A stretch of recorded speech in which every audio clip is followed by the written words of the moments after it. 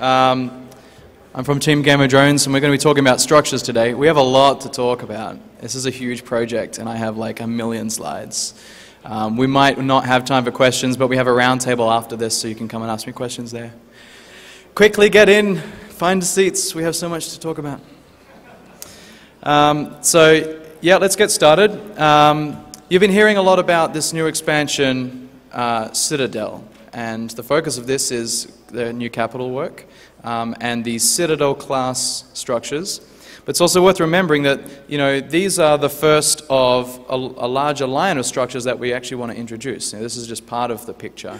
And we announced this at FanFest. I've been over this before, but I'll recap them again. And each of these are separate hulls. A Citadel is a hull, like a ship has a hull, and we have different classes that do different things. They have different bonuses. We're looking at doing assembly arrays for manufacturing, laboratories for researching blueprints, and we're probing around the idea of what we can do with data cores, data core collection, drilling platforms, and this is any gameplay related to mining and extracting things from moons or interacting with belts. Observatories, these are really cool. This is a huge possibility here with observatories to collect intel and to interfere with intel. You know, mess with the map, mess with D-scan, and to mess with, like, you know, things, intelligence gathering systems in the game. This is a really exciting possibility here. Administration hubs, this is usually for investing in space and not necessarily just for investing in sovereignty space. And we've got some really interesting ideas for this later on. Gates would be similar to jump bridges, basically, for facilitating, you know, ship movement in and out of system, or perhaps modifying movement of ships within the system. And then advertisement centers, these are my favorite. Just putting up giant billboards and statues of glorious leader, and then you can shoot at them. They can shoot back too. I'm not sure where the missiles will be coming from, but we'll see what. We'll see what the art department do with them when we get to them. So there's a lot of different classes, and this is going to take a bit of time to get through all of these. The first structure, the Citadel's class, this is the it's actually a lot of the common elements of all of these other classes. You know, all of these classes will get hangars and they'll get the tethering and all the other functionality. It's just that this particular class is really best suited for living out of. So we have the three different sizes: medium, large, extra large. A lot of people ask, where's the small? Well, we consider the small, if we were to do like a structure, you know, tree, like we have the ship tree, that would just be for containing all the things like, you know, deployables and bubbles and anchorable cans. And we don't have any plans specifically to change any of this stuff yet. It's just that that's sort of where that size fits in our overall vision of like how structures look. But the new class of Citadels and all the other structures that we talked about are only existing in the medium, large, and extra large. And all of the mechanics that I'm going to talk about today exist on those three sizes. So the Citadel class, that's what we're launching in the Citadel expansion in spring next year. These are really good for housing. The bonuses on the hull and the rigs that you can fit to them are best suited for, you know, expanding corporation offices and giving you good docking capabilities. You've seen you can put the Titans in the XL. That's a pretty special feature that these will have. They're good for trading, so player markets and contracts and things like that. And they're good for defense. They have the narrowest vulnerability hours, they have good HP, they have good weapons and good bonuses to the weapons. So they're really just good places to be putting stuff and trading stuff. Out of the box, all the structures will be getting personal hangars, and these are unlimited in number and unlimited in volume. So you're not going to have volume restrictions like you do in POS. They're going to be like stations. And you get all the usual inventory type stuff like repackaging and trashing and stacking. By the way, because we've just been doing this recently, we've happened to accidentally fix repackaging on POSs as well. So you can repackage all the things in POSs. That's probably, yeah, sorry. So that's going to come out probably before the expansion as well, actually. You get corporation office for the owner, and you can add more corporation offices with rigs and as you go up the size, and I'll talk about that later. Every Citadel you can dock in. You can get tethering, and I'll talk about this again later. You get ship fitting. And all of these don't require any modules to be installed. You just put the hull down, it anchors, it comes online, then you get all of this stuff. And none of this requires fuel to run. So out of the box, no fuel requirements on the structures. So then you can fit them, you can put other stuff on them. The fittings will let you upgrade and add new services. You can remove modules from them, and you can't do them while in combat. So if the structure's firing, you can't do it. Also, if the structure's in reinforce or is at some point of being attacked, later on. If it's got less than 100% shield, basically, then you cannot change its fitting either. And the service modules can also be removed, but they're going to be cancelling anything that they were currently doing. So if you had a market module installed and you took it out, then all the market orders cancel. So you need to be careful doing that. We'll give you some warnings about what it does before you do it. Rigs, like ships, they're destroyed when they're removed, although we will allow you to unanchor the structure and move it and put it back up without destroying the rigs, the same as moving a ship around. Another special thing about rigs on structures, it's not the same as ships. You only get one rig of the same bonus type.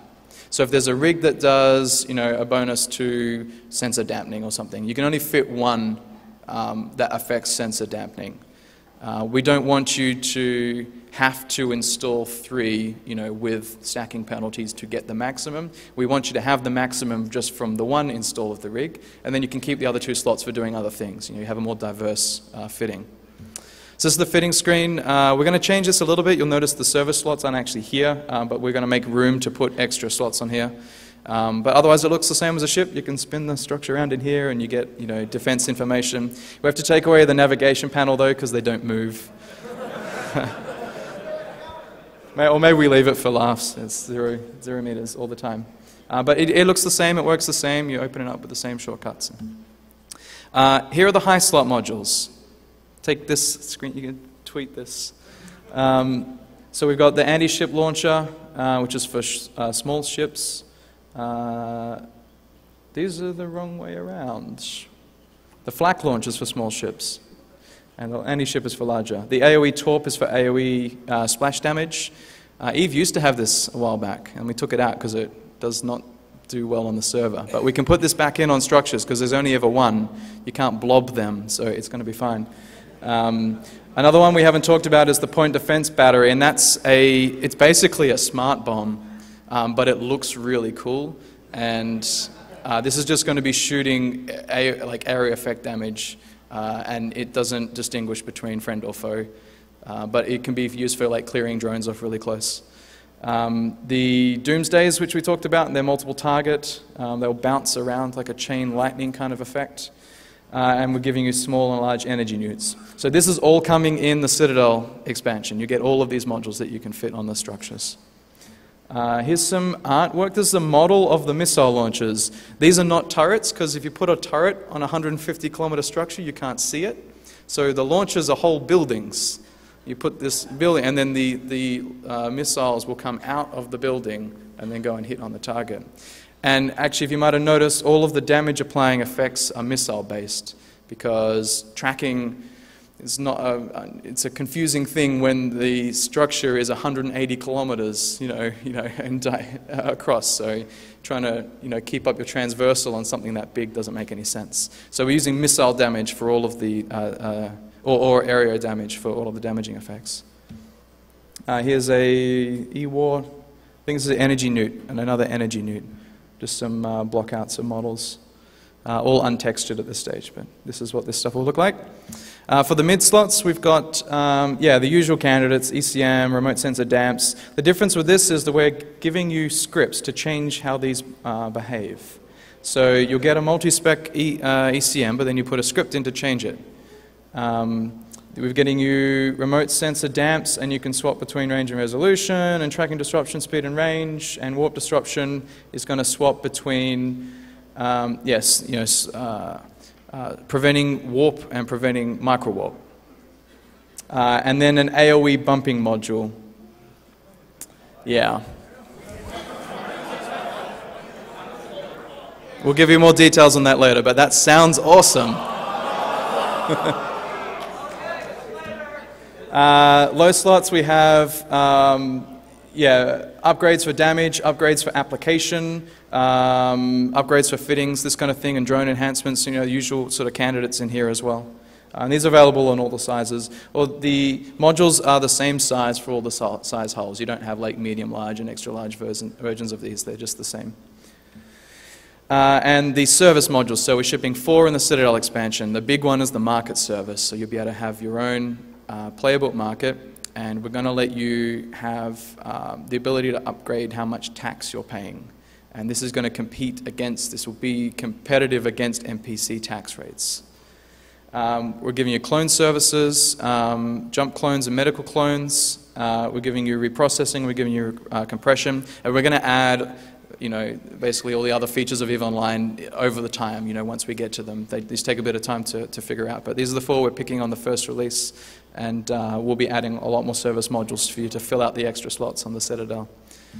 The rigs are really interesting. So the rigs vary based on the size. You get medium, large, and extra large ones. The mediums are very specific. So, you know, I can have a missile application or I can have missile projection. And the bonus for those will be, they don't get better as you go up the sizes. So missile application on the large one is not any better than the medium, at least in the case of these particular rigs. If we, for the service rigs, these are similar. You get an office improvement or a clone improvement. These are going to increase the number of corp officers you can allow people to use, or increase, I think we were looking at clone costs as well as the number of clones that can be stored there. We're still figuring some of that detail out. And then the reprocessing efficiency actually works a little different to the rest of the rigs. A medium reprocessing will be a lower percentage than the large and then the extra large. They are actually better as you upgrade in the size. But I'll show you, if you have a look at the large rigs, these start combining some of the bonuses into the same rig. So you'll get missile application and range in the same rig. So it frees up more rig slots to do other things.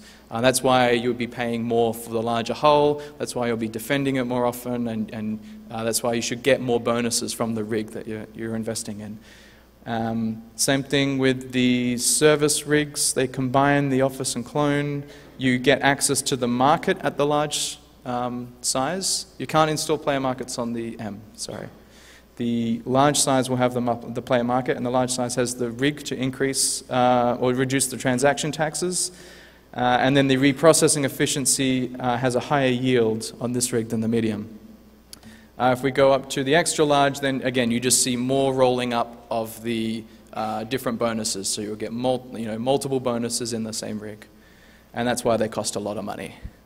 The T1 and the T2s will have, T1 will be a cheaper option with a lower bonus, and the T2 will be the highest bonus that you can get. Same thing with the service rigs. You basically get all the bonuses that you would want from Citadel type services in a single rig, and then you could also throw on the reprocessing to get the highest yields out of any of the reprocessing rigs. This is the medium. This is what it looks like. We showed this yesterday. This also has multiple undock points. You can only put subcaps in these, but they can undock from separate areas, which is pretty cool. They all come out in different spots. You can spin these around and put them where you like. We showed this yesterday as well. This is the fitting. So yeah, you can see these can fit, you know, a certain amount of ECM and a certain amount of weaponry. 5 service slots is quite a lot, but we're keeping in mind that we're going to add more services over time, so you can, you know, fill those up with additional functionality as we release them. This is the large. They had a lot of trouble with this one because turns out cap ships are pretty big, particularly some of the vertical supremacy ones. So that's why they look quite funny down there. But yeah, they have multiple undock points for capitals and a separate area for subcapitals undocking as well along the top. They get more high slots and more mediums, and they get more service slots as well, so you can just fit more functionality on these, and you can fit more defenses on these.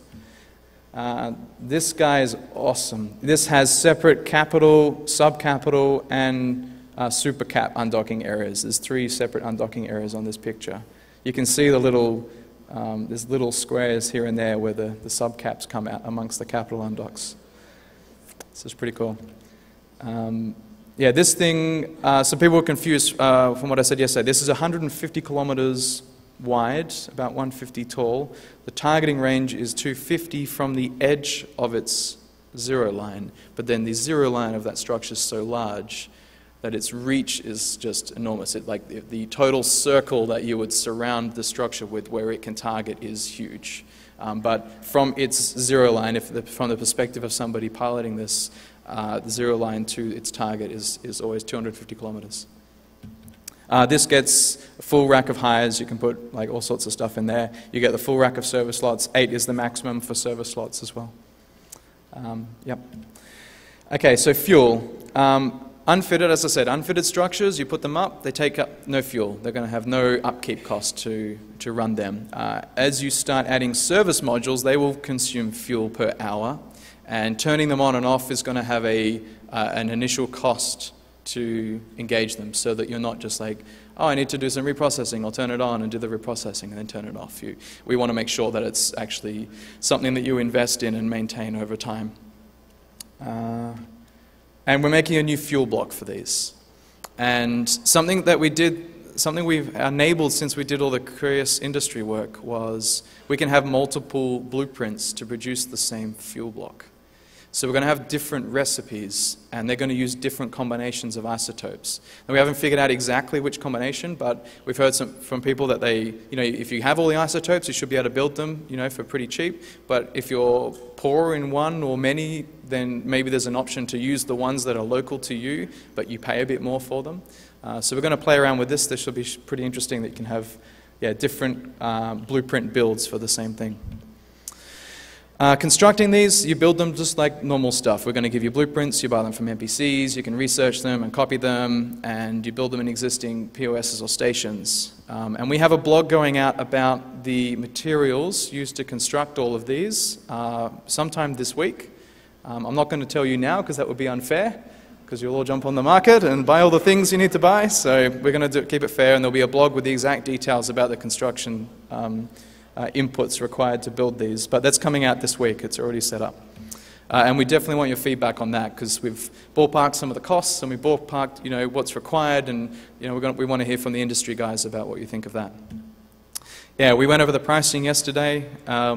70 billion for the hull on the extra large. That's completely unfitted. Once you start adding the rigs and all the other modules, it's going to climb up in price from there. The service modules as well, we didn't list the price yesterday, but they range from 10 million to 800 million, I think, is the market service. Deploying these is really easy. You just drop them from your cargo, or you can right-click them. We're going to do, the mediums can be deployed from a Tier 1 industrial, and larges and extra larges will be from freighter size. So they should be nice and easy to drop the mediums around. They have to be a safe distance from other structures and other celestials and warp-ins and gates and things like that, and we're thinking around 600 kilometers from them, just to make sure that there's no overlapping arc of fire from the citadels. You can't create like a dead zone in space where you'll have like 14 citadels all shooting on the same spot. It would be cool, but it would break the game, so we need to do that to allow you to, this is going to let us bring back AoE torps. If you could overlap fire, then we've got problems with that. So, we can do things with the structures knowing that there's only ever one influencing a set of ships on, in a fleet or on a grid. So that's why we really want this. So we can do really cool stuff with them. Anchoring takes 24 hours, so you pop it down, and you come back the same time the next day, and it will be finished. You can't shoot it while it's anchoring, but when it's finished anchoring, it comes out with only its hull. It doesn't have any shield or armor, and it's got to start to repair itself. And if you can catch it and kill it then it's just destroyed immediately with no reinforce. So deploying these is super dangerous. You'll want to have a defense fleet around. We showed this video yesterday. This is really cool. Just so easy. Drop it around, drag it around, rotate them. The cool build effect, that's going to happen over 24 hours. And anyone who enters system, if they're paying attention, they'll see the new structure being built on the sensor overlay. They'll see, it's just like a new, structure signature, like, oh, what is that? If you go and fly there and check it out, it's going to show you a timer of how long it is until it finishes anchoring, so you could put it in the calendar, call your friends, and come back and try to contest that being built. Ownership, all of the structures are owned by the corp, so the value of the structure is owned by the corp, and there must be a player corporation so they can be WARDEC'd in HiSec. The corporation roles dictate who can change settings on them and who can anchor them and unanchor them. But then the settings will let you dictate who can access all of the things inside of it. And so that's going to give you a lot more flexibility than POSs would currently do today. You can really trust that the owner of the structure can't take the corp hangers from other people in them. They're a lot more like outposts than they are like POSs. And I'll talk about that a little bit later. And you can transfer the structures. We're going to have a transfer owner option, and you'll need to have roles to do that. Settings. So we're going to give you a new structure browser. It's going to show you, firstly, all the structures that you can just dock in, and we're going to populate that with NPC stations as well. But then you click on a different tab, and it's going to show you all of the structures that your corporation owns. So you can go and find them in space. And each structure is assigned a settings profile, and you can reuse the settings for multiple structures. So if you have the same setup repeated multiple times, create the settings once, drag all the structures into that settings profile, it's automatically applied, and you don't have to do lots of manual labor. Yeah, so it's going to be really cool. They can be changed remotely. You don't have to go to the structure. You just do it from the UI wherever you are. And we're going to give you a CREST API so you can read and write them and make your own tools to do all of that.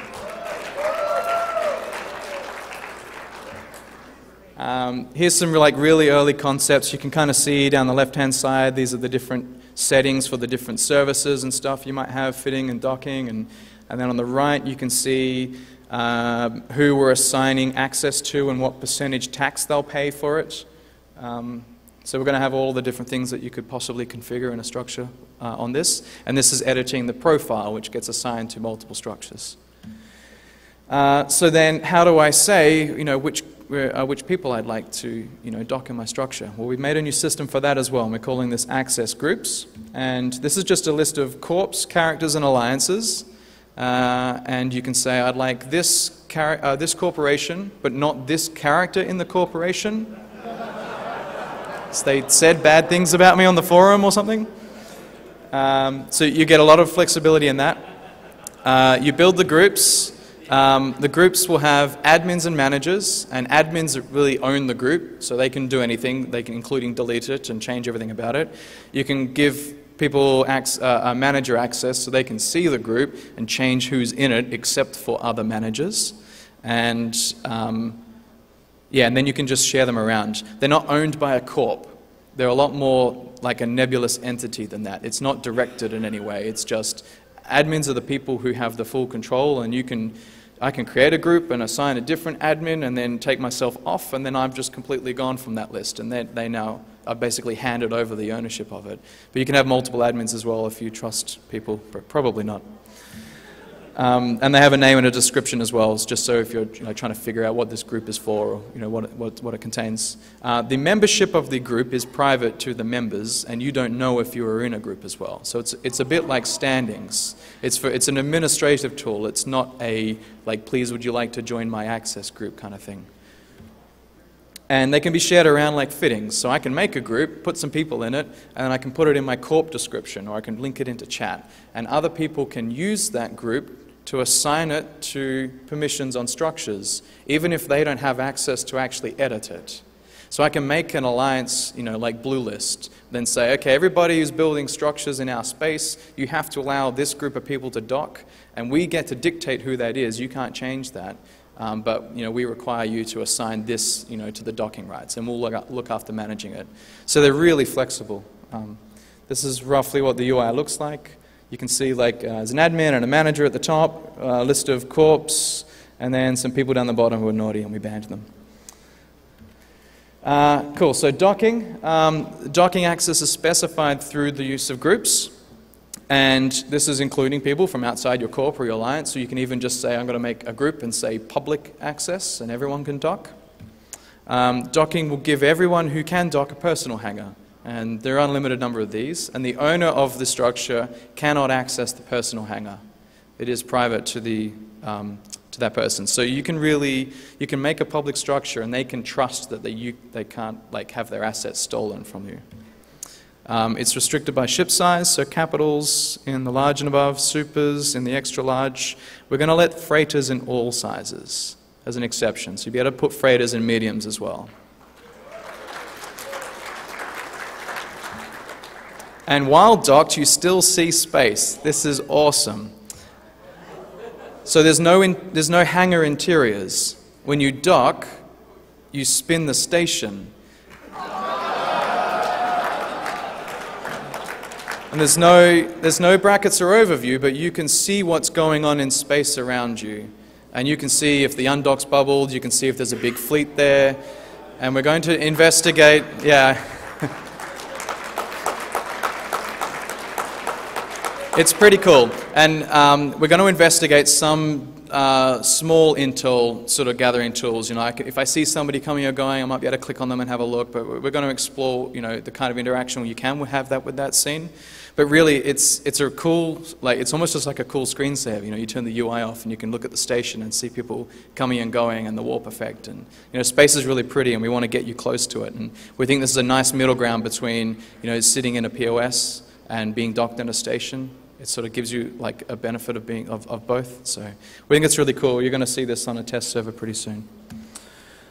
Here's some concept of us trying to figure out how to put a Titan in a structure. Hey, how does it even work? How does it not look really weird? So we're exploring different shapes and different undocked directions and things like this. We finally settled on like a slightly angled like undock plane, where it'll spit you out and you have a bit of room to sort of maneuver around. So we came up with this and we said, right, now let's build the rest of the structure around this. For the XL Citadel, it's basically a docking bay for a Titan with guns attached to it. So then we proceeded to have a look at all some different shapes and different things, and that's how we arrived at the final design, which you've all seen on the key art. It looks really cool. So undocking, there's multiple undock points. It's randomly selected for now. You're not going to choose. We think we're okay with this because you always undock into a safe tether, so it's not a big deal. And they're reasonably close together. We may in the future allow you to pick, but we're not so worried about that just yet. There's separate capital, subcapital docking spaces, and when you undock, you immediately engage the tethering, so it's extremely safe to, you know, just transition from being docked to undocked. You know, you're not going to be able to like be pushed out of range or like caught on the undock unless you do something silly.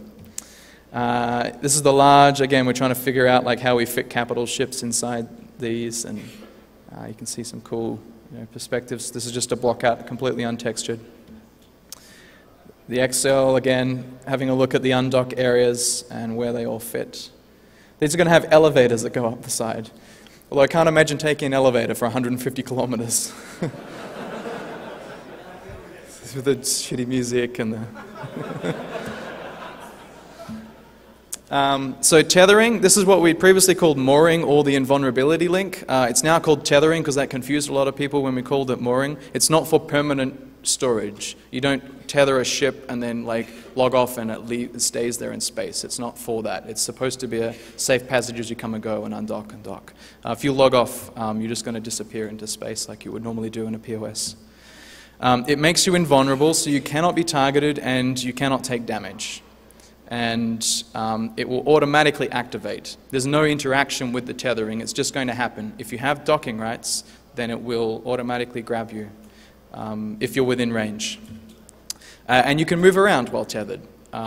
So it's not like the invulnerability you get when you undock from a station. You've only got 10 seconds, or if you move, it disengages. You have plenty of time. You've got plenty of room. You can turn around and align and warp out.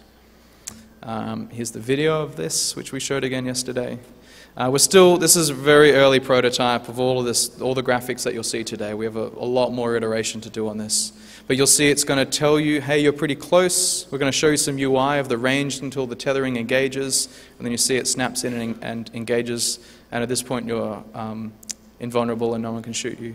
We're thinking about trying to show the state of being vulnerable or invulnerable on the overview as well. Probably for normal cases where you would be, undocking as well from normal stations, instead of like control clicking furiously to see to see when they're finally vulnerable again. So we might just show it as a little column or an icon or something on the overview.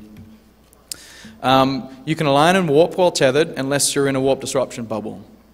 So you can't be locked, you can't be scrammed, but if you're in a bubble, you have to reposition out of the bubble. For the XL, it's going to be hard to bubble the tethering area because they're quite large, so you'll have to have a lot of bubbles. But I'm sure someone will do it. Activating a weapons timer will disengage the tethering, and we're also looking at some other things, possibly targeting, definitely gang links, maybe prop mods, that kind of thing. So just making sure that you can't sort of be actively involved in something going on in space while being completely safe. And it will automatically re-engage once all of the conditions sort of reset. So if you don't have a weapons timer anymore, then you can, it'll grab you again. Except if you're scrambled, or if you have a hic focus point. That's going to prevent tethering. It's also going to prevent docking.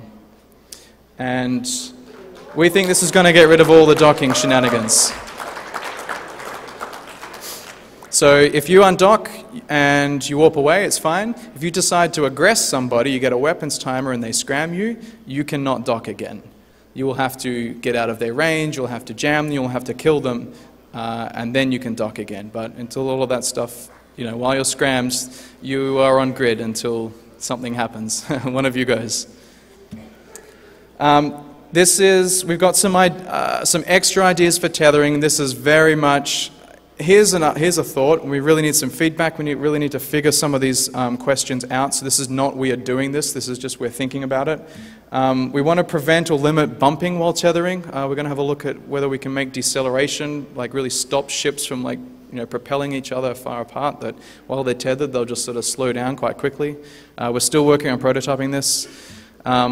We want to allow potentially that you can sino within range of the tether, but that it'll give you a weapons timer, so you'll have to wait out 60 seconds before you can dock.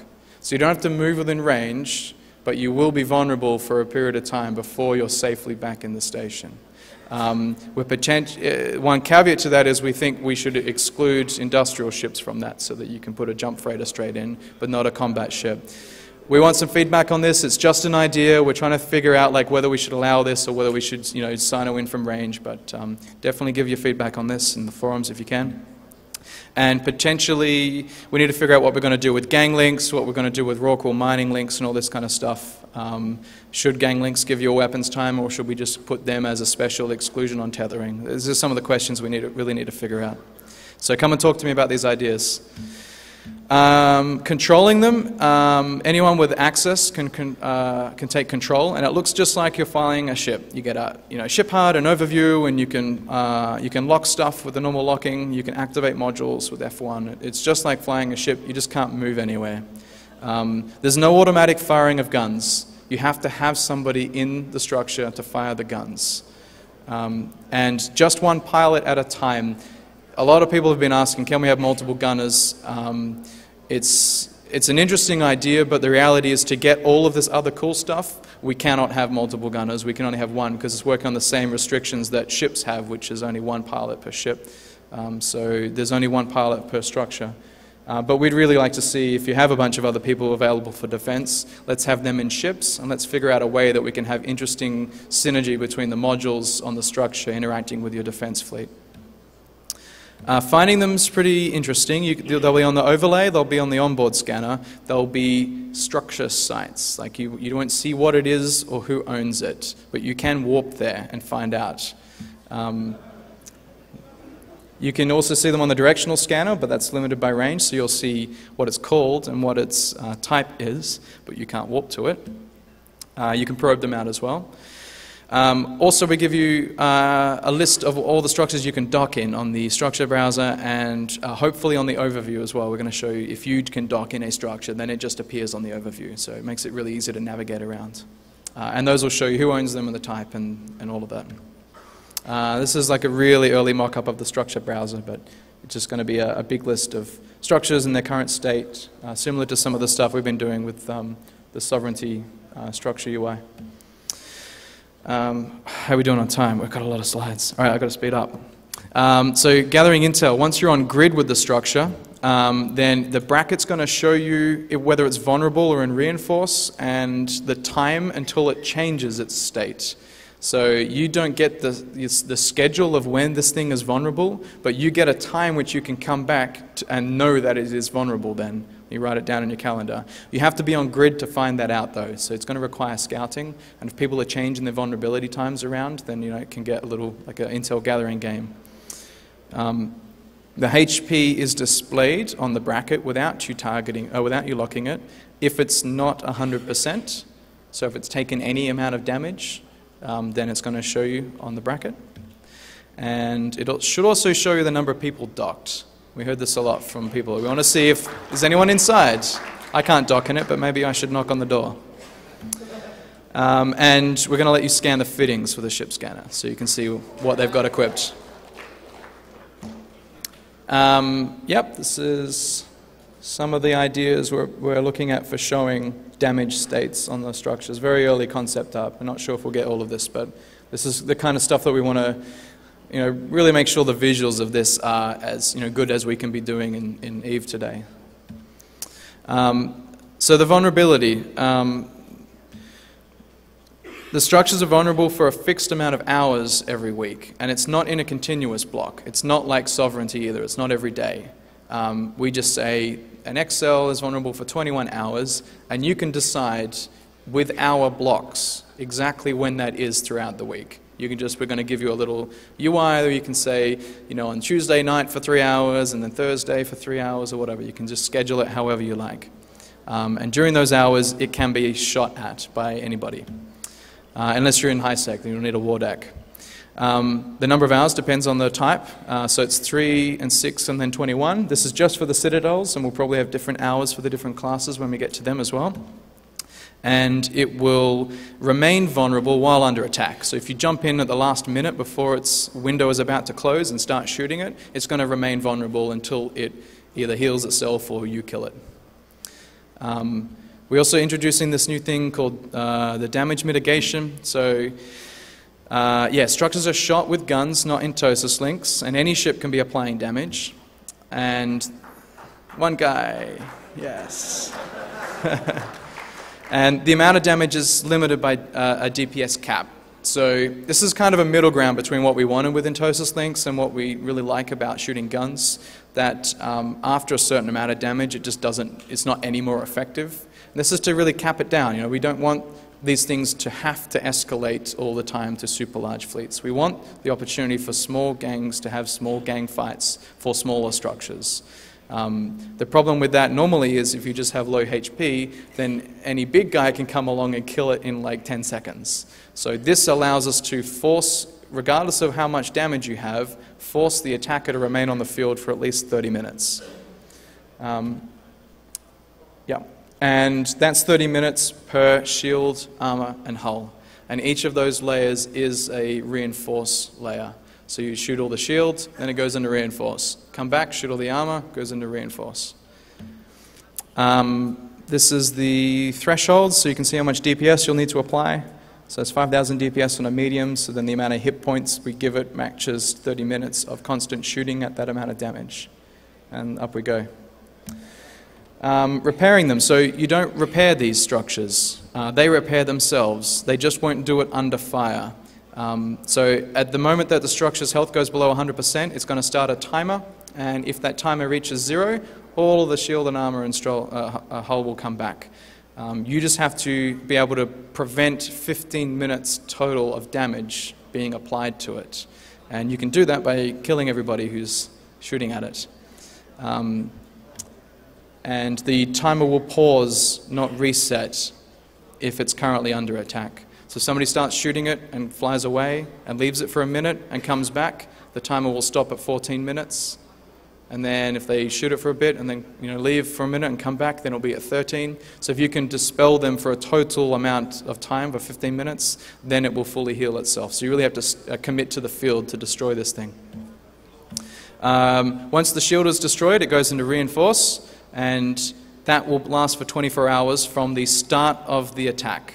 So if the first shot that's fired, the repair timer starts. If I can continue to shoot at it and all the shield disappears before the timer can reach the end, then the time that it started, the next day, that'll be your first reinforce. If you can come back and do the same with the armor, then it's going to be an additional 6 days. So it's in end to end, 7 days to shoot a structure. During this time, during this last phase, all the service modules will go offline. So for a week, that structure, you can't use the market, you can't use the reprocessing. So it's just sort of a disabling effect as well. And once the hull is gone, then it explodes. And you can kind of see a timeline of this. You get the weekly vulnerability windows, and if you shoot at it at the end, and the repair timer sort of hangs on, and if it can repair itself, then it goes back to invulnerable. Yeah. And then this happens. Boom. This is a new explosion effect, and we've got a bunch of these coming in the game. We're just previewing it with the citadels. They look pretty awesome. We've got, I think, 4 racial variations of explosions. The asset safety, this is activated on destruction, so, or you can do it manually at any time. You can just eject your stuff into space. Personal corp hangars are safely recovered. The market orders will be cancelled and put back in the hangar before that happens, so you'll get market orders back as well. And you'll view all the recoverable assets on the asset screen. You can then choose to either recover them into the same system. There'll be a 5-day wait for that, but there's no fee. And you can pick which station it goes to, provided you can dock there. And then the other option is to take it to the nearest NPC station. And that's going to take 20 days for that to happen, and you'll be paying around 10 to 15% of the value of the goods for that, to recover it. If you blow it up, you get loot, and we're going to give you, there's going to be a lot of salvage in these, and you'll get all of the modules, and you've seen how much the modules are worth, and yeah, these are going to be not quite as lucrative as like a full, hangar drop, but you'll be getting definitely something for the efforts. And I'm going to show you some cool art. So they use the same graphics tech as ships. And that's not to say we will or can do this, it just leaves the door open for us to do stuff like skins and kill marks and dirt and damage effects and all the other stuff that you see as we upgrade the ship tech. Because these are rendering with the same graphics tech, it leaves that possibility open, and we're definitely interested in some of these. I'd love to see skins on structures. They come with different design challenges as well, and there'll be some more artwork. So we're not shipping any of this, but we're not ruling it out as well, which is really important. We had to invent a new detail texturing system because they're so big that when you get up really close to some of the stations in the game, they kind of go a little muddy. So we had to create a new texturing system for these. So I'm going to show you this. This is the large. Apologies for it being a little jerky. This is someone in a tool like trying to drag a tiny slider and their hand's a bit shaky. But, you can see this sort of like dark lines. And this is all work in progress, just proof of concept like texturing. We're going to refine the textures a lot more. But as you get closer, more and more detail sort of reveals itself. We're actually blending between sort of multiple layers of detail texturing. And yeah, this is all entirely new. We haven't had this in EvE ever before because we haven't had anything this big. Yeah, so you can see a section of detail revealing itself here now. I love the blinkies on the undock area as well. They're really cool, like out this way. There's a ship in here somewhere as well. Yeah, and then again, you can see more and more detail still showing in here. I mean, this thing is huge. It's 100 kilometers across, and it's got really fine detail right in close.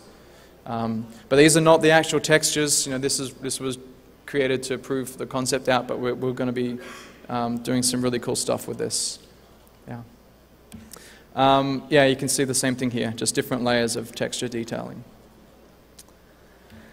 So, what's next? Well, you saw the different classes that we had at the start. We're thinking the best candidates for us to do next will be the assembly arrays in the laboratories. They have a really wide usage, and they are not that open-ended, like questions about how we're going to implement them compared to like the observatory array, for example. So we think we can get these done reasonably quickly as the next thing after the Citadel expansion. And then we want to roll out more services and more modules and extra classes throughout 2016. And we're really excited to bring a lot of that stuff to you. And I'm going to give you a little sneak peek of, we're already concepting some of the ones that we might need to do next year. So this is very, very work in progress. They might not look anything like this, but I'm going to get to show you some art today. So you've probably seen this one before. This is the laboratory, research laboratory for researching blueprints and doing things with data cores. These look pretty cool. I'm imagining these bits spin. So, and then we're just exploring some moods and styles for this is for the assembly array. There should be lots of dirt and fire and all sorts of things. The more assembly array concepts, I think, on this. Assembly arrays as well. Lots of steel and another one here. And everything is not Caldari. It's also not specifically racial. The citadels do look a little Caldari, but I would wait to see the final texturing before you make a judgment on that as well. But they're not specifically per race, nor are we going to be doing, a Mimitar and an Amar and a Galente, like racial variants of the same class. Visually, they're supposed to look like what they do, rather than who made them. This is some of the stuff for the observatory, satellite-looking things, lots of sensors and antennas and stuff. Here's an early mock-out of a potential observatory as well. So a lot of really cool stuff coming. We definitely need a lot of feedback on this. We've been pretty open so far with all the structures work. We've been talking about this, since FanFest, and lots of blogs coming out. We still have more to come out, and we're trying to get as much feedback. So you can get to me directly on Twitter, or we talk on the Tweet Fleet Slack a lot in the structures channel, or on the forums or Reddit as well. We read that. So definitely give us your feedback on all of this. And that's it. We have time for questions. That's amazing. Cool. Thank you. Yeah.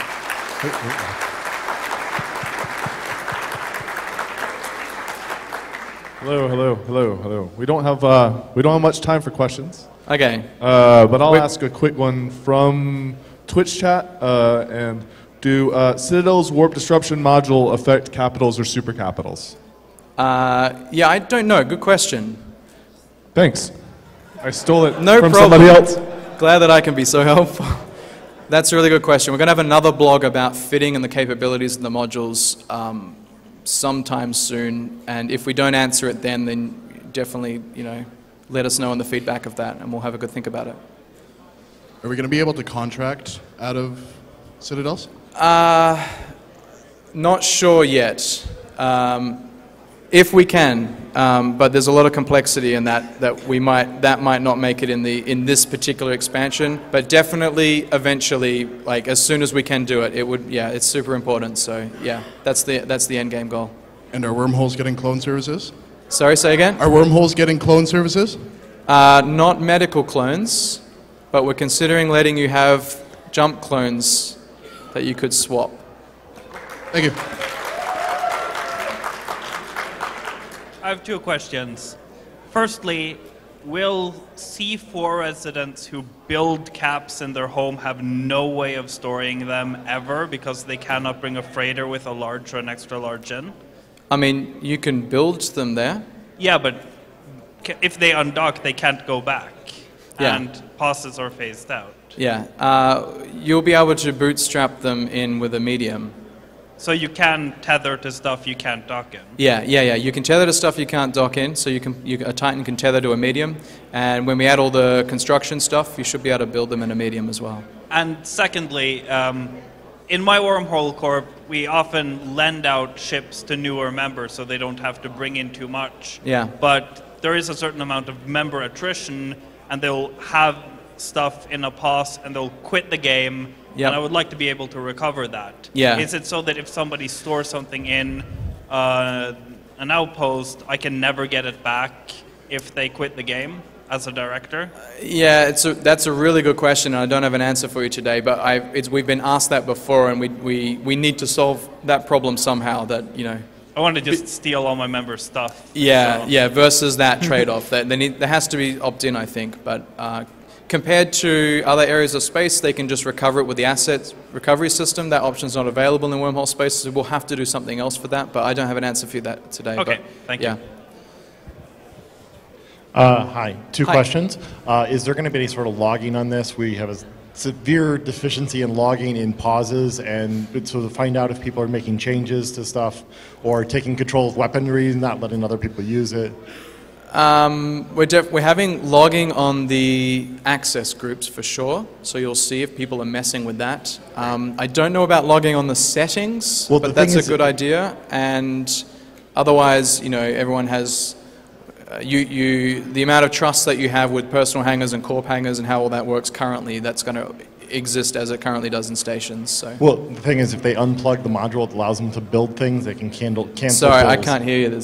Yeah. I'm sorry. Bit louder. When they cancel builds because they remove the service module, they could cancel builds and Right. do significant economic damage by canceling orders and things like that. Correct. Yeah. So there's some level of trust that needs to be placed in the owner for some of those things. Yeah. Okay, Yeah. I'd ask if we can get some login on that. Anyway, the other one is, are we going to be allowed to use smart bombs near these things to kill things like bubbles, or we're going to have to use the current mechanic, which is undock a bomber and drop a bomb on it?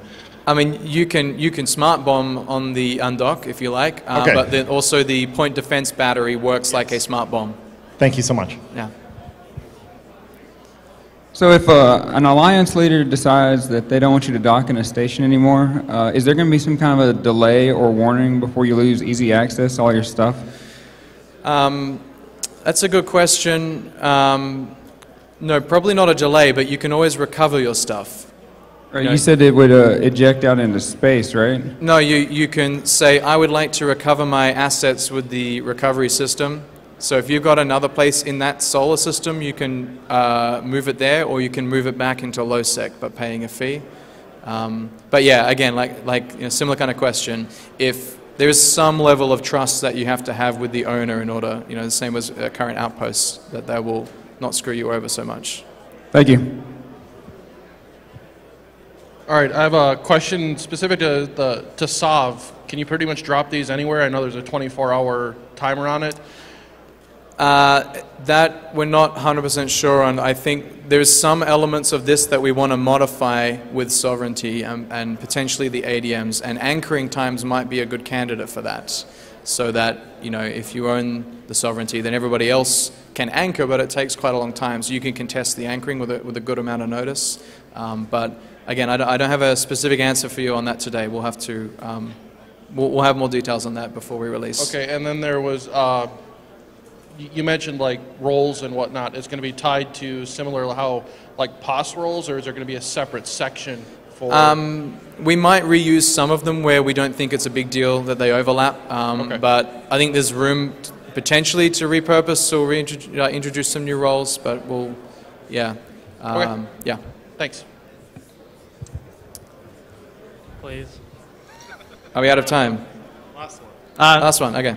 The structure that's really captured my imagination is the observatory array. Yeah. But I haven't heard a lot of details about that No. in anywhere. So I was wondering if you had any insight as to what it's going to No, do, or nothing today. It's a very exciting one. We know a lot of people are excited about it. So it has a huge spectrum of possibilities there. But no, we're focused on getting this stuff done first. Make sure we get all this right, and then we'll have that discussion about what we want to do with the other classes. Yeah. That's it. Yeah. Cool. Thanks, everyone.